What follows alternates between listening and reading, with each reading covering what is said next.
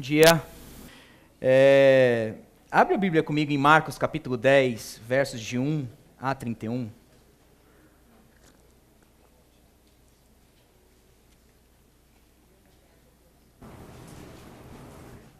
Dando sequência ao estudo que a gente está fazendo do livro de Marcos.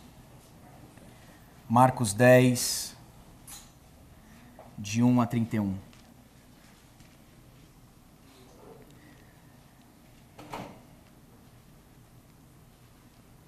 Valeu, Ed.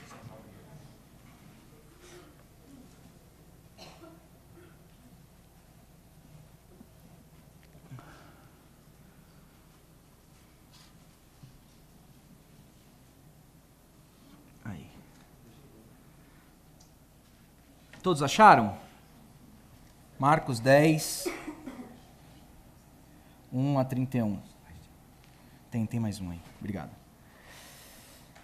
O texto diz assim: Então Jesus saiu dali e foi para a região da Judéia e para o outro lado do Jordão. Novamente uma multidão veio a ele e, segundo o costume, ele a ensinava. Alguns fariseus aproximaram-se dele para pô-lo à prova, perguntando: É permitido ao homem divorciar-se de sua mulher? O que Moisés lhes ordenou? Perguntou ele. Eles disseram: Moisés permitiu que o homem desse uma certidão de divórcio e a mandasse embora. Respondeu Jesus: Moisés escreveu essa lei por causa da dureza do coração de vocês. Mas, no princípio da criação, Deus os fez homem e mulher. Por essa razão, o homem deixará pai e mãe e se unirá à sua mulher. E os dois se tornarão uma só carne, assim eles já não são dois, mas sim uma só carne. Portanto, o que Deus uniu, ninguém o separe. Quando estava em casa novamente, os discípulos interrogaram Jesus sobre o mesmo assunto. Ele respondeu: Todo aquele que se divorciar da sua mulher e se casar com outra mulher, estará cometendo adultério contra ela. E se ela se divorciar de seu marido e se casar com outro homem, estará cometendo adultério. Alguns traziam crianças a Jesus para que ele tocasse nelas, mas os discípulos os repreendiam. Quando Jesus viu isso, ficou indignado e lhes disse: Deixem vir a mim as crianças, não as impeçam, pois o reino de Deus pertence aos que são semelhantes a elas. Digo-lhes a verdade: quem não receber o reino de Deus como uma criança, nunca entrará nele. Em seguida, ele tomou as crianças nos braços, impôs-lhes as mãos e as abençoou. Quando Jesus ia saindo, um homem correu em sua direção, pôs-se de joelhos diante dele e lhe perguntou: Bom mestre, que farei para herdar a vida eterna? Respondeu-lhe Jesus: Por que você me chama bom? Ninguém é bom a não ser um que é Deus. Você conhece os mandamentos: não matarás, não adulterarás, não furtarás, não darás falso testemunho, não enganarás ninguém, honra teu pai e a tua mãe. E ele declarou: Mestre, a tudo isso tenho obedecido desde a minha adolescência. Jesus olhou para ele e o amou. Falta-lhe uma coisa, disse ele. Vá, venda tudo que você possui e dê dinheiro aos pobres, e você terá um tesouro no céu. Depois venha e siga-me. Diante disso, ele ficou abatido e afastou-se triste porque tinha muitas riquezas. Jesus olhou ao redor e disse aos seus discípulos: Como é difícil aos ricos entrar no reino de Deus. Os discípulos ficaram admirados com essas palavras. Mas Jesus repetiu: Filhos, como é difícil entrar no reino de Deus. É mais fácil passar um camelo pelo fundo de uma agulha do que um rico entrar no reino de Deus. Os discípulos ficaram perplexos e perguntavam uns aos outros: Nesse caso, quem pode ser salvo? Jesus olhou para eles e respondeu: Para o homem é impossível, mas para Deus não. Todas as coisas são possíveis para Deus.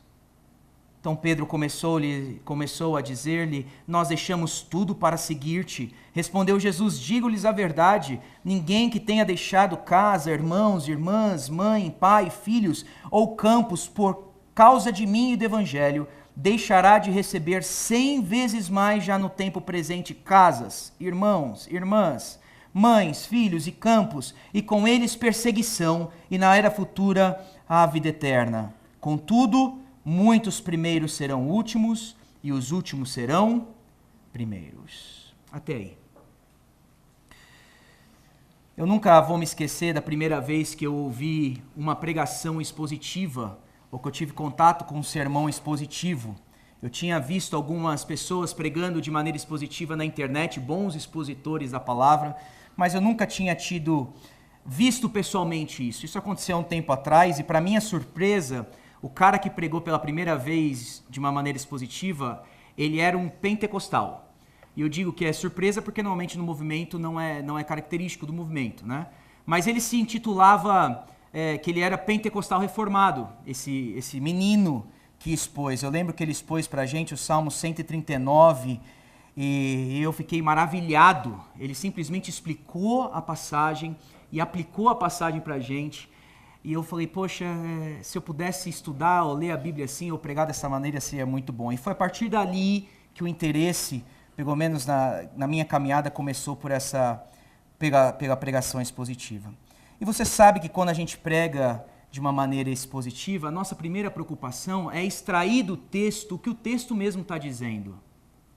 Nossa primeira preocupação sempre com o texto o ponto central do texto deve ser o ponto central do nosso sermão, deve ser o ponto central da nossa pregação. Nós temos que olhar, entender e simplesmente aplicar então na nossa realidade. Por que eu começo falando isso aqui para vocês hoje? Porque hoje nós estamos perante um texto que a gente pode ser facilmente distraído por ele. A gente está num texto que está falando sobre casamento e divórcio. E eu sei como é que é quando a gente chega perante esses textos que são complicados, e eu confesso para você que se não fosse a pregação expositiva e sequencial, provavelmente esse é tipo do texto que a gente não escolhe para pregar. Quando foi a última vez que você viu uma conferência sobre divórcio? Qual é o pastor que quando é chamado para pregar em outra igreja, ele fala, tem uma mensagem de Deus para aquela igreja? Qual? Divórcio. Ou quantos livros você lê a respeito desse tema? Comparado com todos os outros temas que nós temos. Se não fosse, gente, o nosso compromisso de pregar de maneira expositiva e sequencial, provavelmente essa seria uma das passagens menos tocadas na Bíblia. Eu, particularmente, conheço um pastor que, quando ele chegou em Marcos 10, perante a igreja que ele estava pastoreando, ele tinha que pregar domingo e ele travou naquele domingo para pregar Marcos 10. E ele pediu desculpa à igreja, pediu mais uma semana para trabalhar suas próprias convicções e o próprio texto, dada a dificuldade do texto que nós estamos hoje.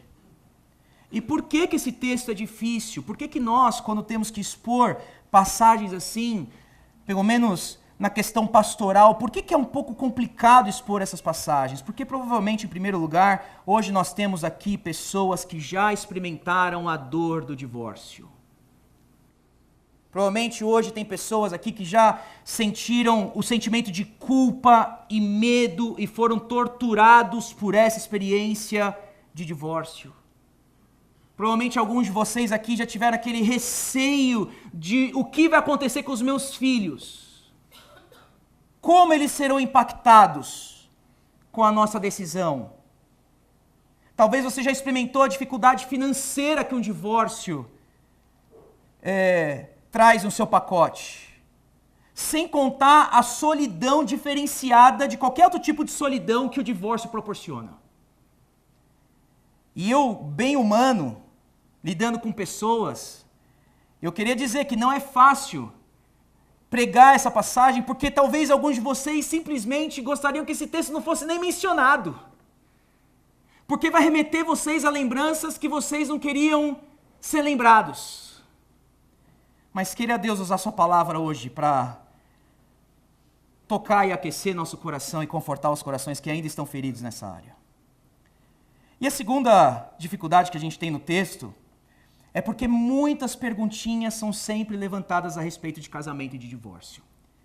Agora, qual que é a minha preocupação hoje aqui e quando a gente prega de uma maneira expositiva? A minha preocupação hoje não é fazer uma pregação temática sobre o tema do divórcio. Eu não vou aqui abranger todo o assunto.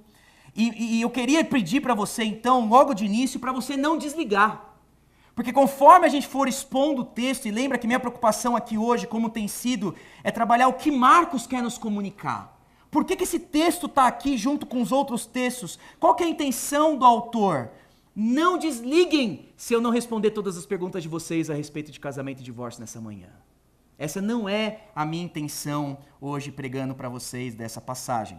A boa notícia para vocês é que nós separamos um mês na igreja aqui, que é o mês de maio, né? E nós vamos abordar exatamente isso. Nós vamos falar sobre solteirice, casamento, divórcio e recasamento, segundo a luz da Bíblia, e depois criação de filhos. Então, se você quer entender sobre esse assunto, o mês de maio vai ser o mês da família e a gente vai abordar isso. Mas não vou fazer isso hoje. Minha preocupação hoje é com o texto de Marcos, e eu vou ficar no texto de Marcos, dando sequência em todas as passagens que a gente está aí. Combinado? Qual que é o contexto que o nosso texto está inserido aí? Olha aí na sua Bíblia, Marcos 8:31, como eu mostrei semana passada, nós temos 3 predições de Jesus a respeito da sua paixão. 3 predições, ou seja, 3 vezes Jesus falando o que vai acontecer com ele. A primeira nós falamos semana passada, Marcos 8:31, olha, então ele começou a ensinar-lhes que era necessário que o Filho do Homem sofresse muitas coisas. A segunda, e é onde nós estamos, Marcos 9:31. Marcos 9:31. Ele volta a repetir, porque estava ensinando seus discípulos e dizia, o Filho do Homem está para ser entregue nas mãos dos homens. Nós estamos na segunda predição, é onde está esse texto aí hoje, tá? Quem está chegando aí no meio da reunião, né? É aí que a gente está, quem não esteve aqui semana passada. E nós temos a terceira predição, que está em Marcos 10, vai olhando só para você visualizar, entender o livro de Marcos aí, está em Marcos 10, 33, 34. Marcos 10, 33, 34, você tem a terceira vez que Jesus vai falar, a gente está indo para Jerusalém e o Filho do Homem vai ser entregue.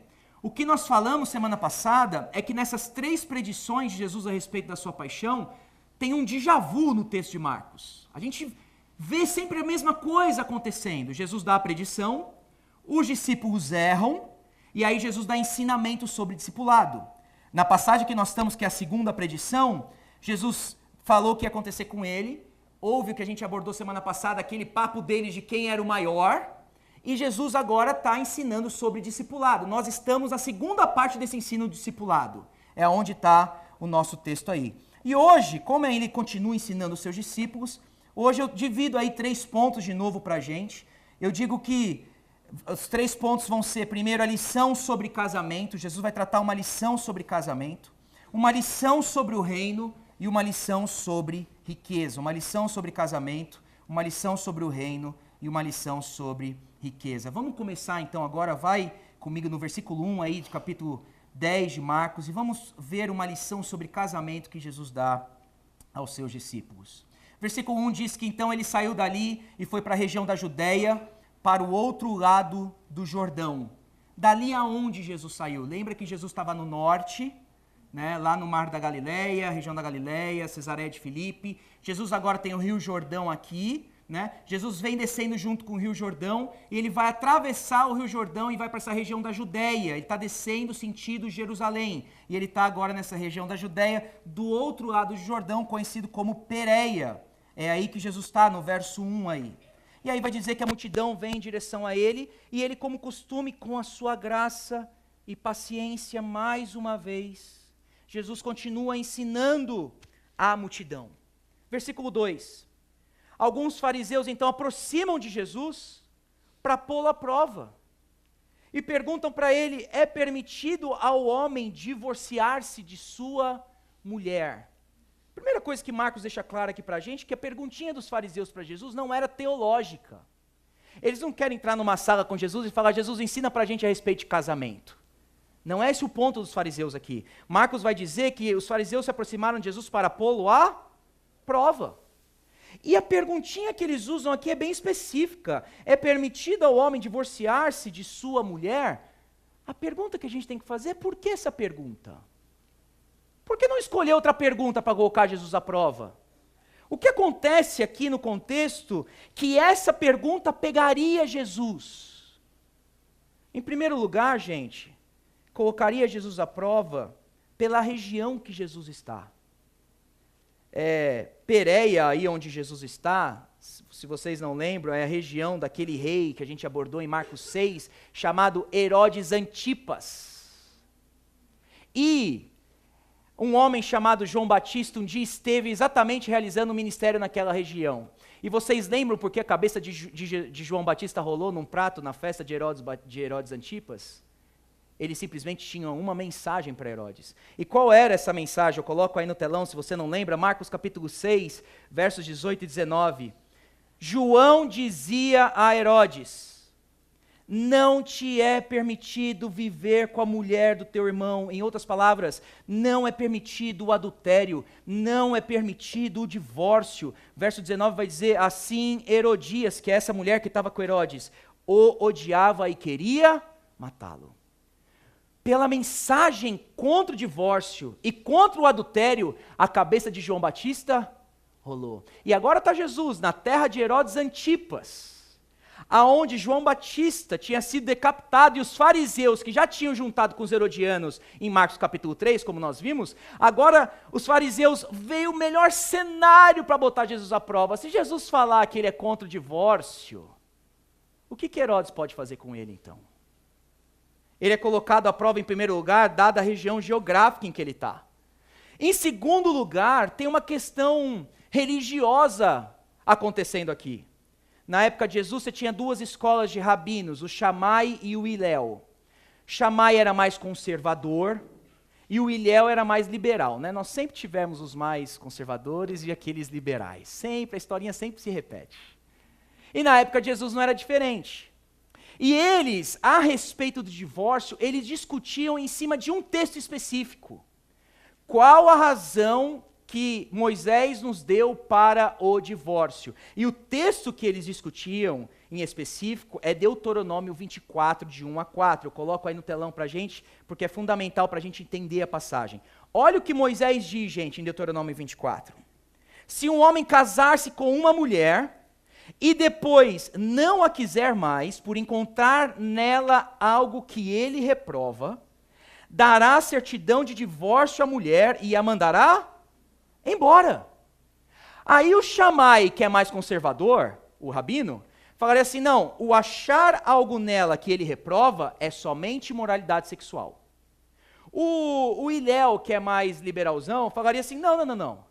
O achar algo nela que eu reprovo pode ser uma comida ruim. Aí pensa se isso aí, se essa moda pega hoje em dia, gente. Eu jamais mandaria minha esposa embora. Que a Raquel manda muito bem, gente. Na cozinha também. Mas o Hilel falaria isso. Ele falaria, se a comida estiver ruim, eu achei algo nela que tá ruim, então manda ela embora. Se eu não tiver mais interesse na minha esposa quando eu entrar lá em casa, eu mando ela embora. Se minha esposa estiver fofocando com vizinhos, isso aqui é sério, isso aqui é o que os religiosos estavam praticando, né, os judeus. Se ela está em fofoca com os vizinhos, eu mando ela embora. Se ela não pode ter filhos, eu mando ela embora. E se eu tiver atração por outra mulher, eu achei também algo nela que não está legal, então eu mando ela embora. O que está acontecendo aqui, o pessoal pegava essa passagem de Deuteronômio 24, 1, e usava isso como uma carta na manga. Eles tinham lá seus estoques dentro de casa de certidão de divórcio, fez algo que eu não gosto, tiro uma lá da minha caixa, ou da minha gaveta, bota uma data, bota o nome, e viria escrito assim lá embaixo, qualquer um pode ter você.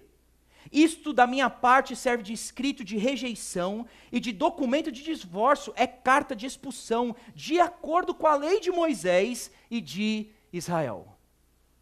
Mandava a mulher embora. É dito que um dos rabinos passava de cidade em cidade, casava com uma mulher, mandava ela embora, ia para outra cidade, casava com outra, mandava ela embora, ia dando certidão de casamento para todas elas, e assim seguia a religiosidade de Israel. E agora eles estão então botando Jesus à prova. E aí, Jesus, o que Moisés diz? De um lado, se ele fala que não pode divorciar, o que acontece com ele e com Herodes? De outro lado, o que Moisés diz? Aí veja no verso 3 aí a resposta de Jesus para eles. O que Moisés lhes ordenou. Qual foi o mandamento? Qual é o propósito do casamento? E aí, lembra que Moisés escreve 5 livros. Eles têm 5 livros para responder, certo? Mas em qual passagem que eles vão escolher para falar do casamento? Deuteronômio 24. Que hermenêutica boa, né? Que exegese bom desses caras. Escolhe o texto que quer, tira de contexto e aplica para o seu gosto. Verso 4, eles respondem com Deuteronômio capítulo 24, primeiro, Moisés permitiu que o homem desse uma certidão de divórcio e a mandasse embora. A pergunta de Jesus é o que Moisés ordenou. A resposta deles é o que Moisés permitiu. Nós estamos falando de um propósito e de um mandamento, Jesus está falando. Vocês querem falar de casamento comigo?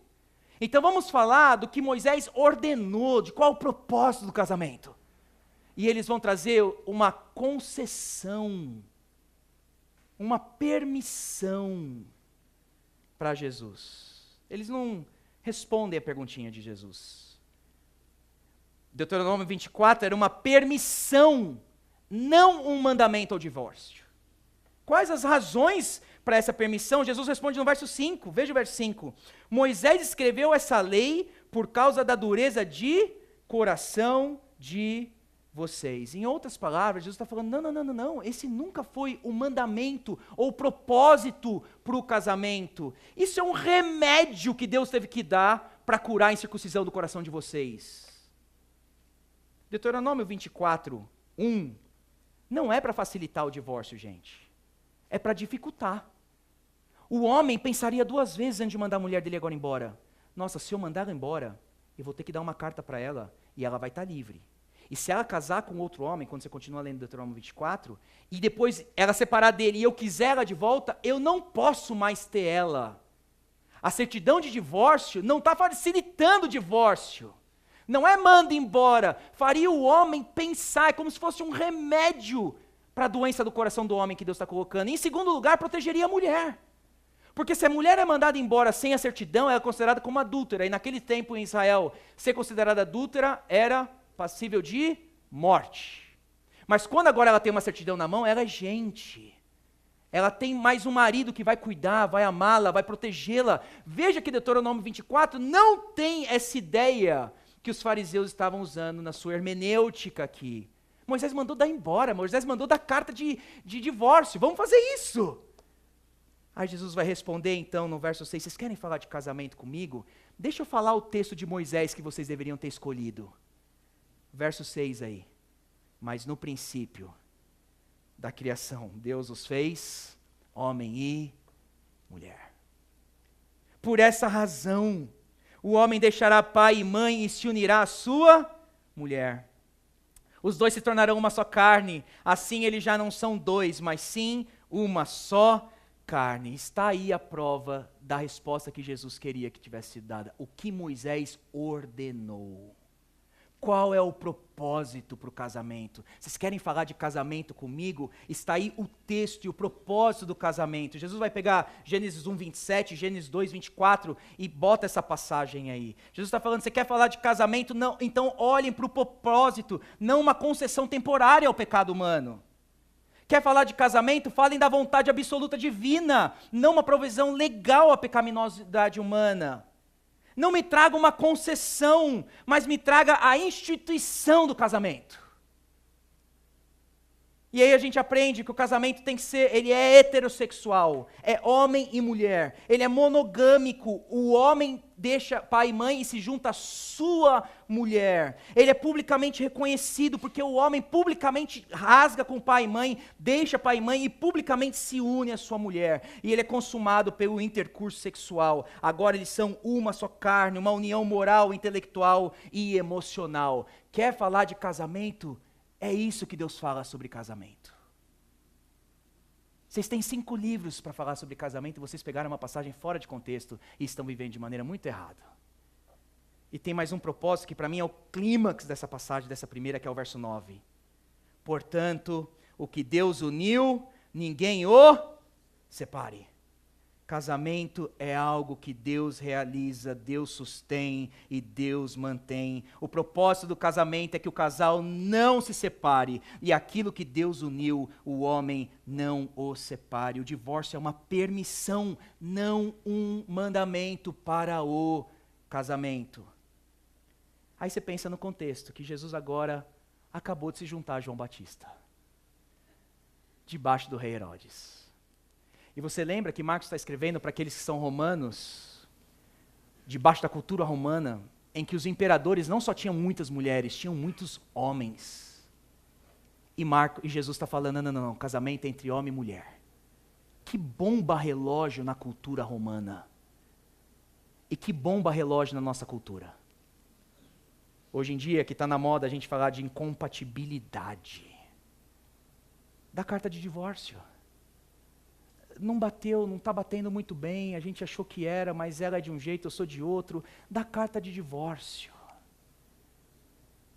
É comum ser infiel, é comum casamento homossexual, é comum hoje em dia o casamento ser desprezado, ser tratado como descartável, é comum pastores se separarem e casarem várias vezes, mas Jesus aqui está dizendo o propósito, o mandamento divino para o casamento. Casamento é algo que Deus criou, é algo que Deus une, é algo que deve permanecer. Se formos falar em casamento, está aí o propósito divino para ele. O que Deus uniu, não separe o homem. Verso 10 diz que quando ele estava em casa, os discípulos interrogaram Jesus sobre o assunto. Veja a resposta de Jesus no verso 11. Todo aquele que se divorciar de sua mulher e se casar com outra mulher. Gente, qual é o ponto de Jesus aqui em dizer isso aqui? E agora lembra que eu estou dentro do livro de Marcos. Tá? Qual é o ponto de Jesus falar aquele que se divorciar de sua mulher e casar com outra mulher? Essa é a intenção dos fariseus.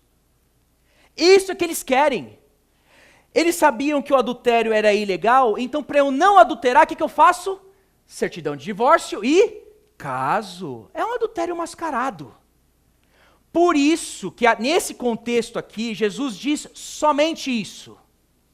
Todo aquele que se divorciar de sua mulher, e Marcos registra somente isso, todo aquele que divorciar de sua mulher e se casar com outra mulher, estará cometendo adultério, e aí, verso 12, e se ela se divorciar, agora a mulher divorciada do seu marido, e casar com outro homem, estará cometendo adultério. Não vou entrar no ponto aqui, mas, Mateus 19, existe uma exceção para o divórcio, e essa exceção é a infidelidade, é o adultério. Quando nós falarmos sobre isso, vamos chegar lá. Tem concessões na Bíblia para o adultério. Não é um mandamento, mas há concessão para isso.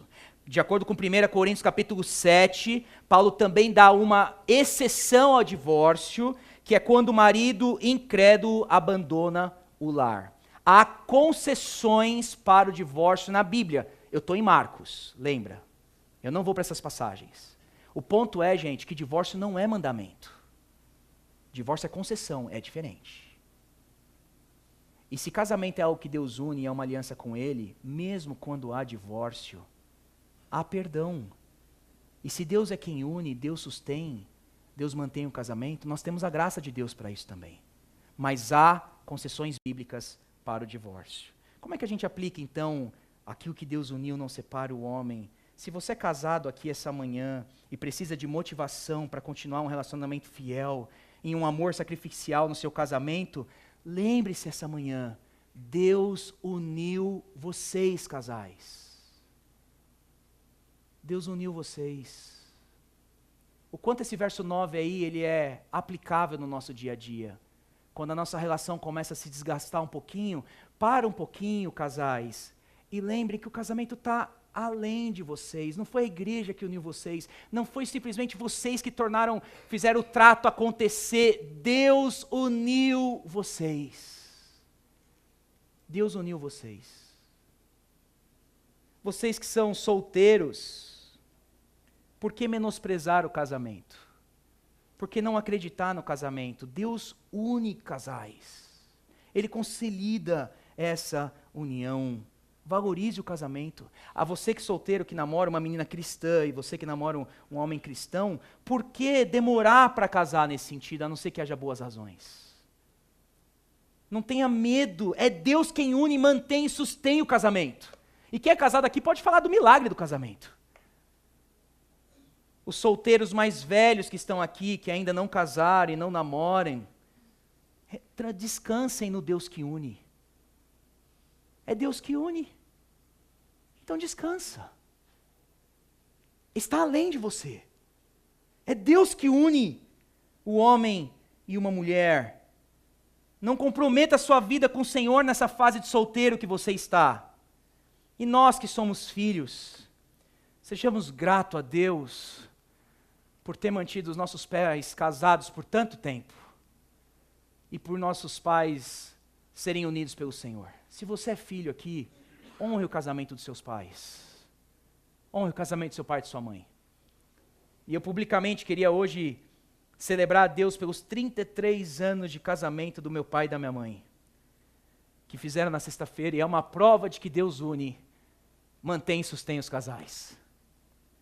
Você que é filho, louve o casamento dos seus pais. Apoie o pai e a mãe e fala: pai, obrigado, porque você tem te mantido fiel à minha mãe. Mãe, obrigado, porque você tem se mantido fiel ao meu pai. Uma lição sobre casamento, e que lição para nós essa manhã. Segundo lugar, uma lição sobre o reino. Segue comigo na sua Bíblia, verso 13. Uma lição sobre o reino. Verso 13. Alguns traziam crianças a Jesus para que ele tocasse nela, mas os discípulos os repreendiam. Parece que os discípulos, mais uma vez, estão sendo discípulos de Jesus. Estão tropeçando. Você vai lembrar que Jesus chegou para eles e falou, na passagem que nós consideramos domingo passado: recebe a criança em meu nome. Não faz tropeçar um desses pequeninos. E aqui estão os discípulos agora. Mais uma vez, discípulos. Mais uma vez os discípulos, as crianças estão chegando perto de Jesus, bem comum na tradição judaica para os rabinos tocarem nela, abençoarem nela, parte do legalismo da religião, e os discípulos estão repreendendo elas. Verso 14, Jesus viu isso e fica indignado, e diz a ele: deixa vir a mim as crianças, não as impeçam, pois o reino de Deus pertence aos que são semelhantes a elas. Essa palavrinha indignado aí é bem forte para Jesus. Ele está irado com os seus discípulos. E quando ele diz o reino de Deus pertence aos que são semelhantes a ela, ele não está dizendo que as crianças aqui são salvas e são automaticamente inseridas no reino.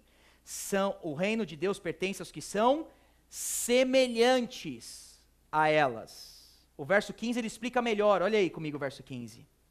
Digo-lhes a verdade, quem não receber o reino de Deus como uma criança, nunca entrará nele. O que é receber o reino de Deus como criança? Lembre que criança aqui não é no sentido de virtude. No século I, as pessoas não olhariam para a criança, como eu falei semana passada, como bonitinha, como fofinha. Não teria comercial na TV com um bebezinho todo fofinho. O bebê não era puro.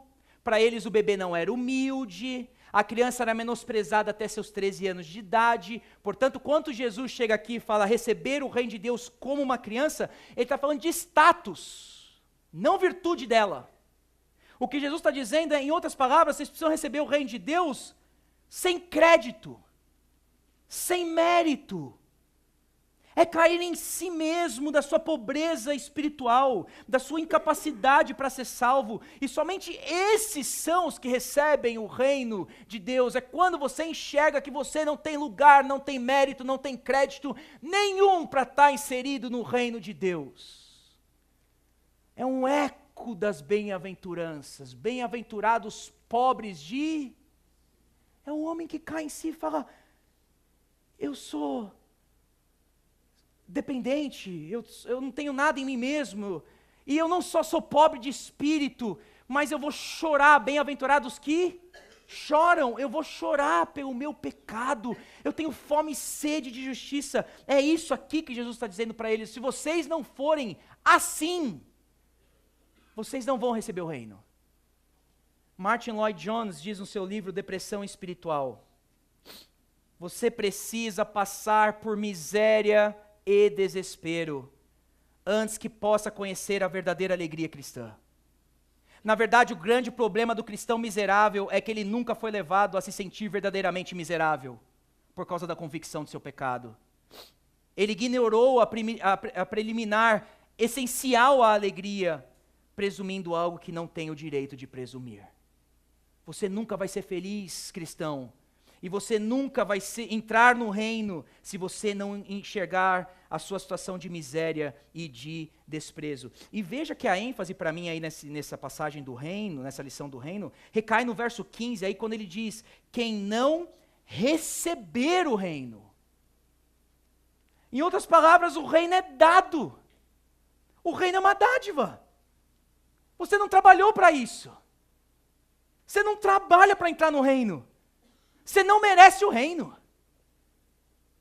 O reino é dado àqueles que reconhecem o seu status. Aquele que é miserável, incapaz, que cai em si mesmo e fala, eu não tenho poder para me salvar. Perante Deus nós somos sempre receptores e nunca, ouça gente, nunca doadores. Perante Deus nós somos sempre receptores, é dado o reino. Vocês não merecem o reino. Vocês não fizeram nada para receber o reino. É isso que Jesus está ensinando aos seus discípulos. Sejam receptores. Enxerguem o status de vocês e o lugar de vocês. E não pensa, não, ô Ti, mas como assim a gente é sempre receptores e nunca doadores? E quando a gente está servindo ao Senhor? Aí você lembra lá de 1 Pedro capítulo 4, verso 11, que ele vai falar, aquele que serve o Senhor, sirvam na força que o Senhor... Quem serve na verdade? Ele nos serve. Você só serve porque você é servido. Porque quando você serve na força que Ele provê. Perante Deus, gente, nós somos sempre receptores e nunca doadores. Como isso muda o nosso dia a dia com Deus, né? Ao invés de você acordar de manhã com aquele peso nos seus ombros, eu preciso fazer para Deus, eu preciso servir, eu preciso dar, eu preciso.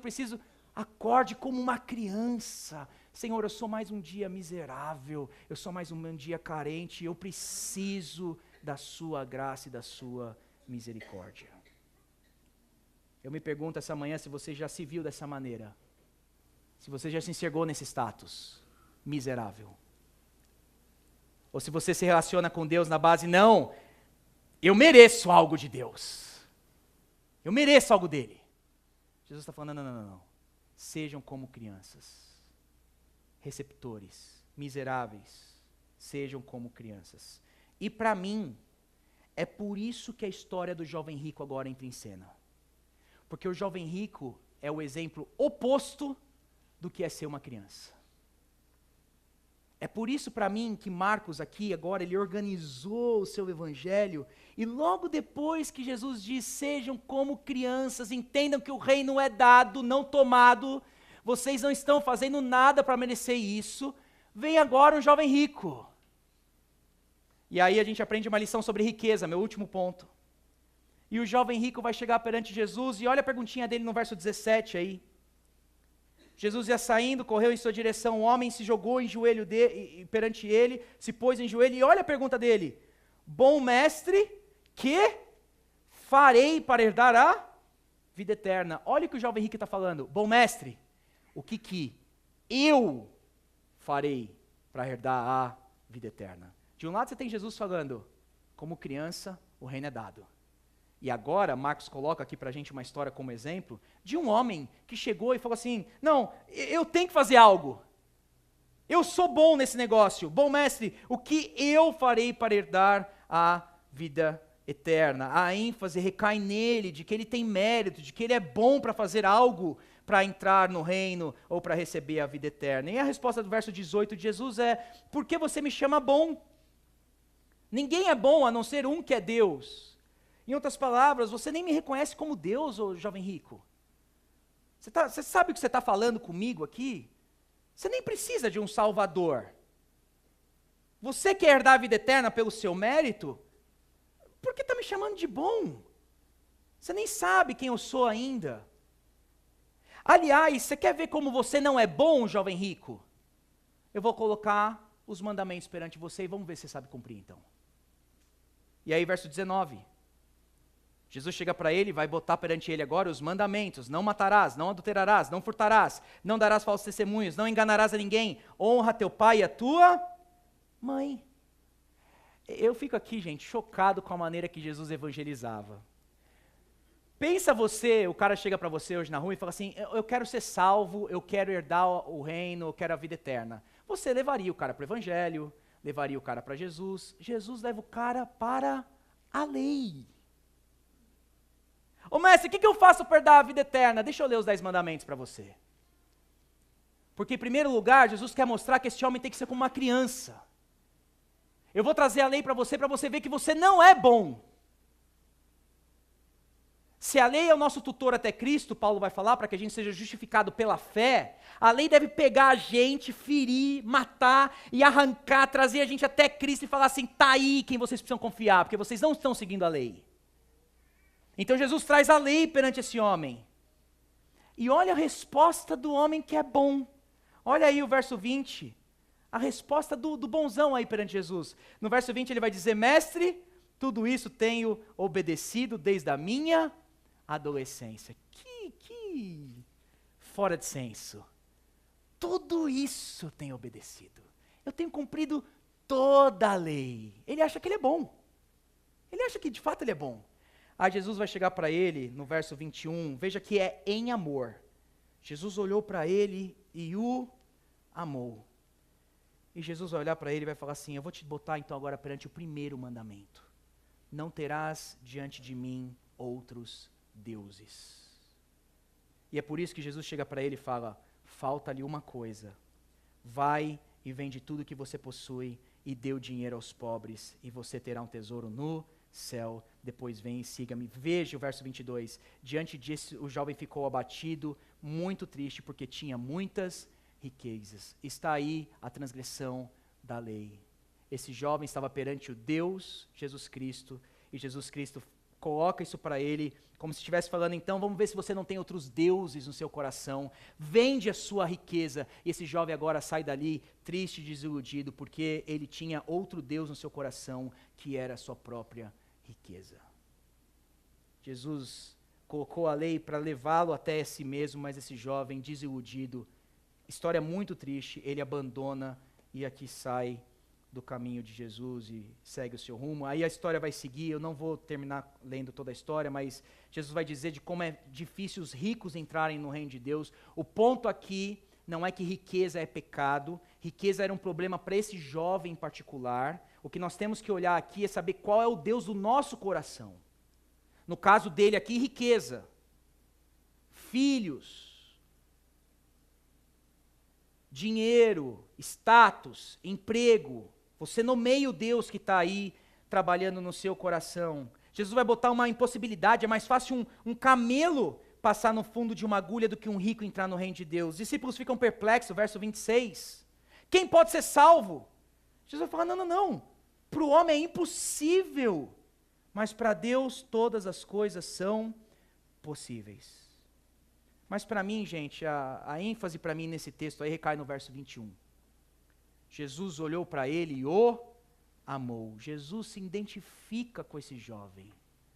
Até porque nós temos 2 jovens ricos nessa passagem aí. Tem mais um jovem aqui de 31 anos, que embora sendo Deus, não considerou que o ser igual a Deus era algo que ele deveria apegar-se. E ele esvaziou-se de si mesmo, abrindo mão da sua glória. Foi achado como servo e foi obediente à morte de cruz. Paulo vai dizer a respeito do nosso Senhor Jesus Cristo: vocês conhecem a graça do nosso Senhor Jesus Cristo, que embora foi rico, se fez pobre por amor de vocês. O verdadeiro jovem rico dessa passagem é Jesus Cristo. E quando Jesus olha para ele e amou, Jesus se identifica com ele e está pedindo simplesmente para ele: eu fiz muito mais por você. Eu abri mão de toda a minha glória. Eu assumi a pior pobreza por você. Não dá para você abrir mão, não, desse Deus pequenininho chamado riqueza. Jesus é o verdadeiro jovem rico dessa passagem. E meu apelo para a gente essa manhã: será que não dá para a gente abrir mão de tudo por Jesus Cristo?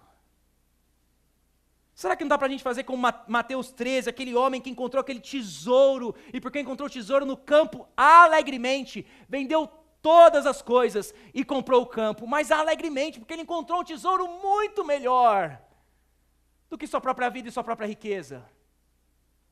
E aqui tem Jesus falando para esse jovem, falando para a gente hoje: vende tudo que vocês têm e me seguem, porque eu sou o verdadeiro jovem rico, que abri mão da minha glória, assumi a sua pobreza, assumi o seu lugar na cruz, levei os seus pecados nas minhas costas, te reconciliei com Deus. Será que não dá então para você vir e me seguir nessa manhã?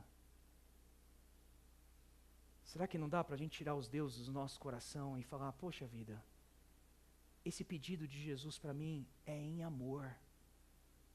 É como se Jesus estivesse olhando nos nossos olhos essa manhã e falando: eu amo vocês. Eu me identifico com vocês, mas eu fiz muito mais por vocês. Será que não vale a pena essa manhã não seguir o exemplo do jovem, mas seguir as palavras de Jesus e falando: se não forem como crianças, vocês não vão entrar no reino? Será que não vale a pena a gente se humilhar essa manhã e falar: Senhor, eu estou entendendo. Eu não tenho mérito, não tem nada em mim, eu quero te seguir. O Senhor fez tudo por mim. O Senhor se entregou por mim. E eu quero te seguir nessa manhã. Que a gente possa ter uma perspectiva divina sobre o casamento. Que a gente possa ser como criança para recebermos o reino. E que a gente possa crer no Deus que se fez pobre, chamado Jesus Cristo, o verdadeiro jovem rico, e a Ele seja a glória para todo sempre. Amém. Vamos orar.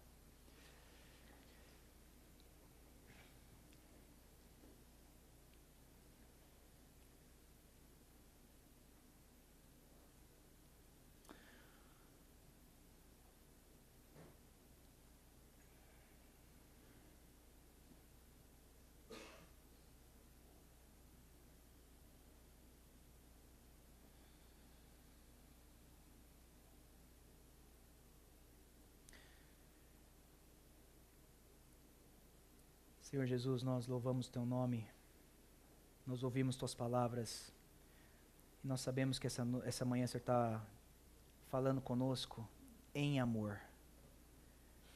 O Senhor está olhando para nós e vendo o verdadeiro estado do nosso coração. E o Senhor está nos amando, falando: vendam tudo que vocês têm e me sigam. Nós queremos fazer isso. Nós te agradecemos, nós colocamos nossa fé em Ti. O Senhor abriu mão da Sua glória, assumiu a forma humana, se fez pobre, para que nós fôssemos ricos em Deus. Louvado seja o Teu nome, Senhor. Louvado seja o Teu nome. Eu peço, Deus, pela Sua graça nos nossos casamentos também aqui essa manhã. Se tem casais aqui, Senhor, que estão na berlinda, que precisavam de uma motivação para permanecer de pé e fiéis uns aos outros, que eles lembrem: Deus os uniu. Deus os uniu. Se tem jovens, Senhor, que estão caminhando e trilhando esse caminho, que eles possam descansar, porque é o Senhor quem une. Aqueles que foram feridos já, Senhor, aqui também com o divórcio, Senhor. Que o Senhor também possa curar esses corações e trabalhar nesses corações com a Tua palavra. E acima de tudo, nos ajuda a sermos como crianças. E muito obrigado, porque o Senhor nos doou o reino. O Senhor nos deu o reino. Louvado seja o Seu nome por isso. A Ti toda a honra e toda a glória. Amém e amém. Rudinho.